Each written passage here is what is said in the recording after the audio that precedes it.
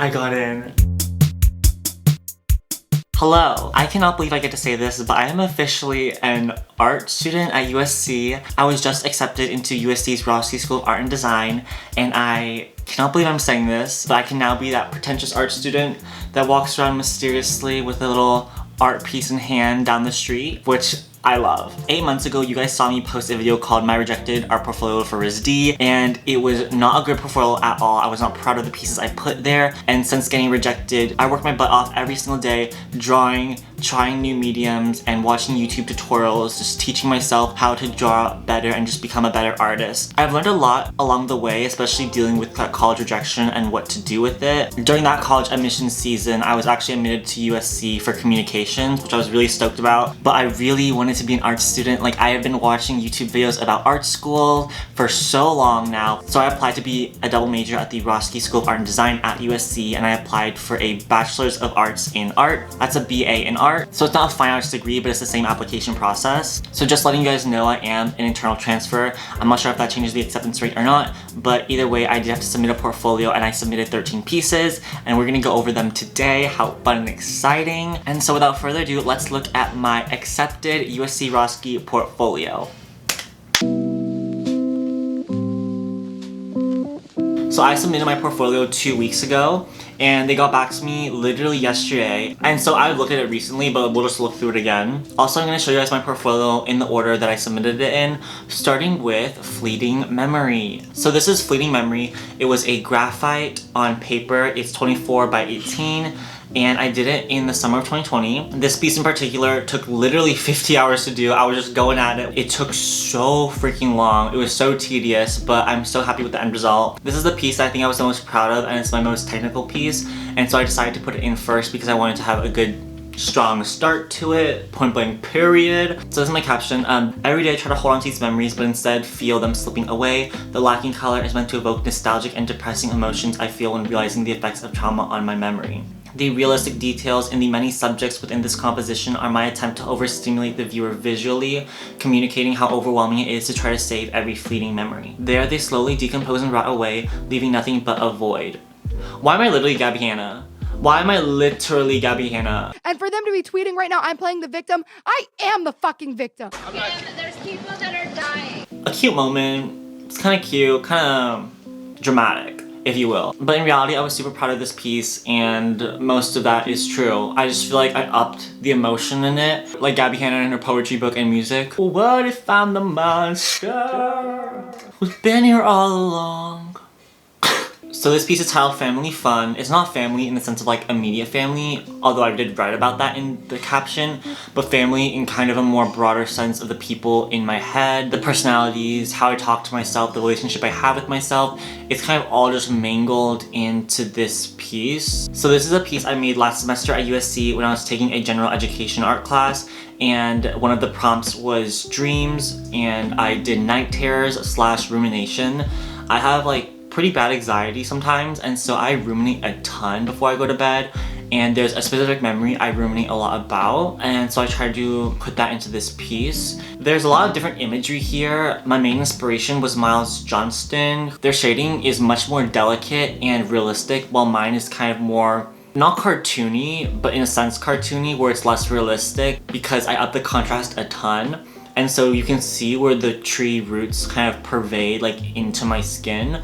This is so dramatic. I wanted the trees to be much more invasive because I feel like these emotions that I experienced before going to bed are invasive, and so I tried to emulate that, put some emotion into it, get into it. This piece is called Retrospective Vandalism, and I actually posted a video of me making this. Whenever I look back on old pieces that are kind of like emotional and like emo, I always laugh at it and make fun of myself for feeling that way. Doing this piece itself, like the process of making it, was the most important part to me, because it's literally me rewriting the meaning of my pieces, which kind of parallels how I rewrite my traumatic experiences to be either funny or just repress them completely. In the stream of consciousness part, I literally said Stan Lana for clear skin, and I also said Nicki Minaj is the queen of rap. Where's the lie though? Where is the lie? I also said Trisha Paytas is iconic in this piece, point blank period. Do I like Trisha Paytas? It's a guilty pleasure to watch her. I know she's doing problematic things, but I watch her content. I'm sorry. What are you gonna do about it? What are you gonna do about it? This next piece is called Homegrown. I'm experimenting with oils here. This kind of has a more of like an impressionistic vibe to it, but I enjoy it. I think the hands and the bouncing around of colors is really important. I have an orange tree in my backyard, and like my grandparents love oranges for some reason, and so they always just make orange juice out of it. I don't know, fruits. They're important. So I did some observational studies of my mom cutting the oranges, and I turned it into kind of like this impressionistic piece. I do not have a great understanding of color theory at all. That is like my least strong thing ever. I think color is so intimidating. I'm like, what's complementary colors? How do you spell complementary? Is it like complementary? Is it like complementary? I just threw some colors together and hope for the best, and this is what I got. I think I used too much pure white. I used titanium white in a couple places, and it stands out a lot. It stands out way too much. The nail and the thumb has too much white in it, and so does a couple of the oranges. I think if I mixed in like a tiny bit of yellow, or even like a tiny bit of blue in there, it would help, but I didn't. This piece is called Foreign Smells, and I actually did this in my high school. It's one of the older pieces that I put in this portfolio. It was done in 2020 of the spring. It was pastel, so I'm trying a different medium here again. The reason why it's called Foreign Smells is because a lot of time in the media for Asian Americans, we are represented as having food that is smelly. A lot of Asian American kids are bullied for having smelly food. When people are labeling your cultural food as smelly and disgusting and gross, it can be off-putting for you, and maybe you kind of hate your own culture for it in a sense because you're receiving this bullying and you don't know why as a kid. And so I combined a skunk and a flower that's from like Indonesia, I'm pretty sure, that are notorious for being smelly, and how that smelly aspect has consumed both of their identities. How a skunk could be super cute, but we kind of just know them for being smelly creatures. Parallels to how white people see Asian Americans sometimes. I'm not really sure if that made sense. I don't think it did. Look over there! Where? But that's just my thought process when I was making this. This piece is called A Tiger's Fragile Fur. Again, I'm trying to experiment with color here and put all of my pieces with color similarly together. My understanding of color theory is so minimal where I was like, you know what, I'm just gonna put all the primary colors together and just hope for the best. Anyway, so I'm Korean. Hey now. Hola. No. Annyeonghaseyo. Yeah, I'm Korean. There's a lot of tiger imagery in Korea, and culturally it's just a really strong animal that has these masculine characteristics. And as y'all can tell, I'm not too connected with that Korean side of me culturally, linguistically, etc. Nationalistically, I associate my identity a lot with America. I've definitely assimilated to American culture here. Sometimes in Korea, those cultural ideals and gender expectations of men and this idea of masculinity can be restraining for my self-expression sometimes. Also, I try to experiment with mixed mediums here and texture.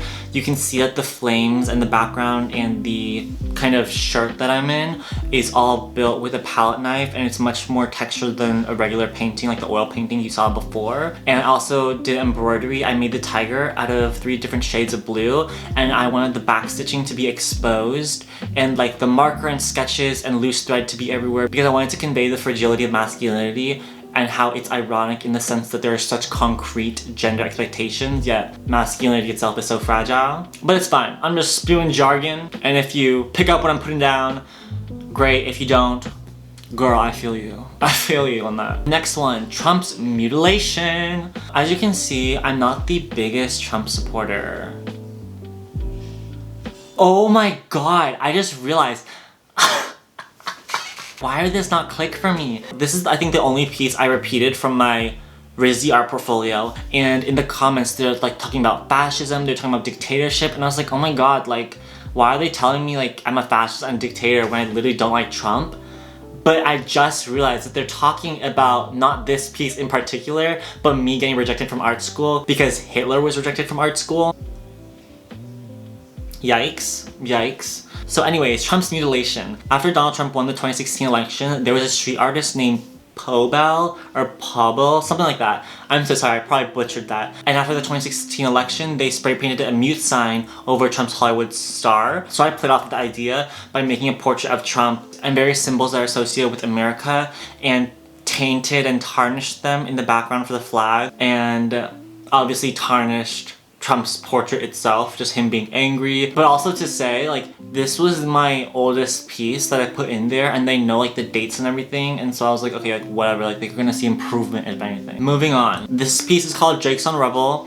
I'm not gonna explain it, y'all can interpret it for yourself. Y'all can interpret it for yourself. Do some interpretation work. And just like family fun, I made this during my art class last semester, and it was a fun time. Next up, this piece is titled Home. Really creative. Home. A literal Facebook mom millennial, but whatever. The portfolio had to be 10 to 15 pieces, and so I was like, you know what, I'm gonna split this into 2 sections, and so this is part 1. Backtracking a bit, USC in the portfolio process asks you to write an essay as well, like a statement of intent, and because I was majoring in communications but wanted to double major in art, I thought it was really important for me to include a piece that combines like those 2 fields. And so for Home, I tried to input a lot of communication theory into the explanation in the caption. In the field of communications, scholars like John Dewey express how humans do not experience objective reality. Our realities are heavily shaped by our experiences, culture, and ideologies, which change our perception of the world around us. When creating this 2-part piece, I practiced metacognition and focused on understanding how I interpreted the space around me. To start, I did observational drawings of the places I spend the most time in. These observational drawings were not intended to be sketches, but rather articulate illustrations done with pen. I did not want the power to erase my observations, as it would tarnish the authenticity of this piece representing how I interpret spaces. I then painted these drawings from my memory, investigating how I retain information like color and allowed for subconscious emotions to manifest on the page. This is a paper sculpture I made from that piece. I cut out all the objects, all the toilets, all the walls, and I put all these pieces together via just cutting the paper and just putting it together. Yeah, so what I wrote for this part was, this sculpture was the last part of my investigation into subjective realities. For this piece, I deconstructed the watercolor painting by cutting out all the objects and rooms. By fragmenting these spaces and separating them from their environments, I was able to rearrange them in a disorderly fashion. I only used paper and small slits to connect these pieces to communicate how thoughts, emotions, and physical spaces naturally connect with one another in my head. I found that the undefined shape and chaotic composition parallels the brokenness of a home and displays my perception of objective reality. Which again, there is no such fucking thing, according to Mr. John Dewey. Point blank period. I was really proud of that piece. I'm so sorry if this whole video is sarcastic. I really am just so tired. I'm so exhausted.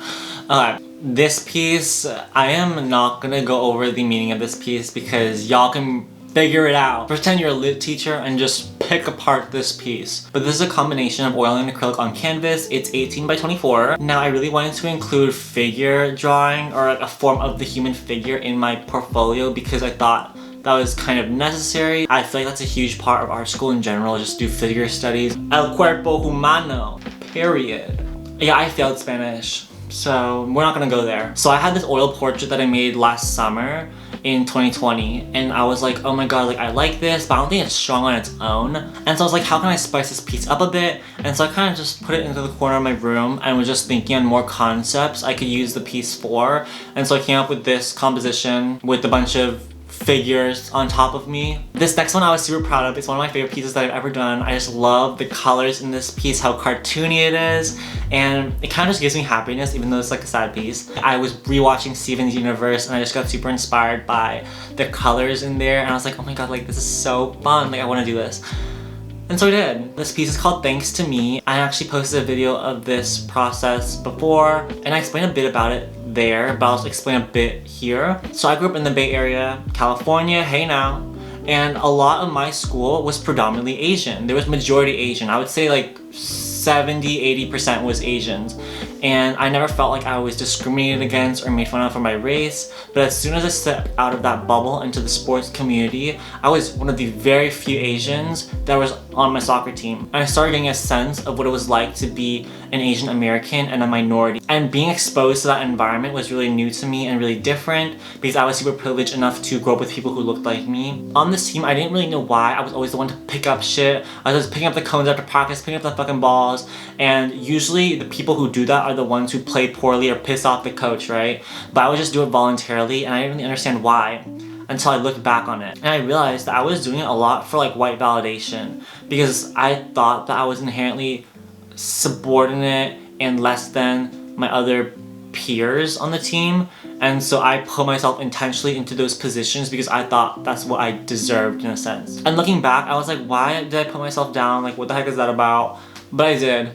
And it'd be like that. It really do be like that. So this piece is me just expressing my regret for not speaking my mind, for being silent, for putting myself in those positions of inferiority. Even though my teammates really did nothing wrong, I like put myself in those positions on purpose. Especially now when there's so much racist ideologies, hate crimes, and violence towards Asian Americans in the AAPI community, I would just like to take the moment to kind of just highlight that Stop Asian Hate movement because it is really frigged up. Absolutely horrific to think about. I'll have like a couple links in the description to support the movement, but I just think it's just awful. Last piece, y'all. This is the 13th piece of my portfolio. It's called Time's Up.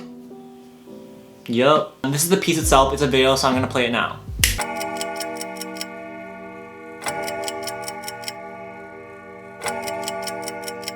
A fun little fresh video, love that. And for this one I'm gonna read the caption because I think it's pretty relevant.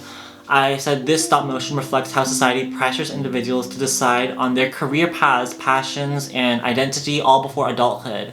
I think that's so relevant now, especially with college decisions, because people think that they have to decide their major, decide what they're gonna do for the rest of their lives, literally before they're adults. Like, what the F? Like, we have so much pressure to do random stuff before we're literally developed in the brain. We're Mr. Stupids right now, and we have to decide what we're gonna do for the rest of our life. It makes no sense. So that was it for my portfolio. This is the body of work that got me into USC Roski School of Art and Design. I'm so grateful and so excited to have the opportunity to study there and just learn art. Thank you guys so much for watching this video. I just wanted to pay it forward and just give y'all an update on how my portfolio went. I made a ton of videos so far about me making this portfolio after getting rejected, and I think that this was kind of the ultimate little end to the little series, I guess. I feel like I'm giving you guys a little happy ending, that hard work really does pay off and everything happens for a reason.